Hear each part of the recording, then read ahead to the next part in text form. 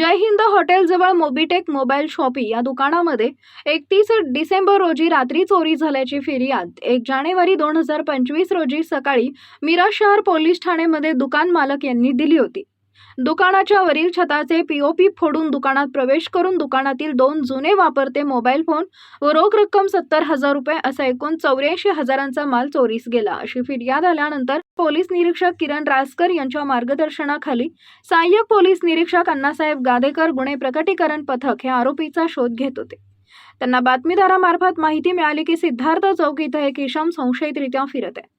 त्यानुसार सिद्धार्थ चौक परिसरात जाऊन पाहणी केली असता सुनील मारुती धुमाळ वयवर्ष 18 राहणार वाड्रे कॉर्नर मैशाळ रोड चौगुलेमळा झोपडपट्टी मिरज याला ताब्यात घेऊन त्याच्या खिशातून 2 मोबाईल व इतर 2 मोबाईल असा एकूण 91,000 रुपयांचा मुद्देमाल मिळून आला।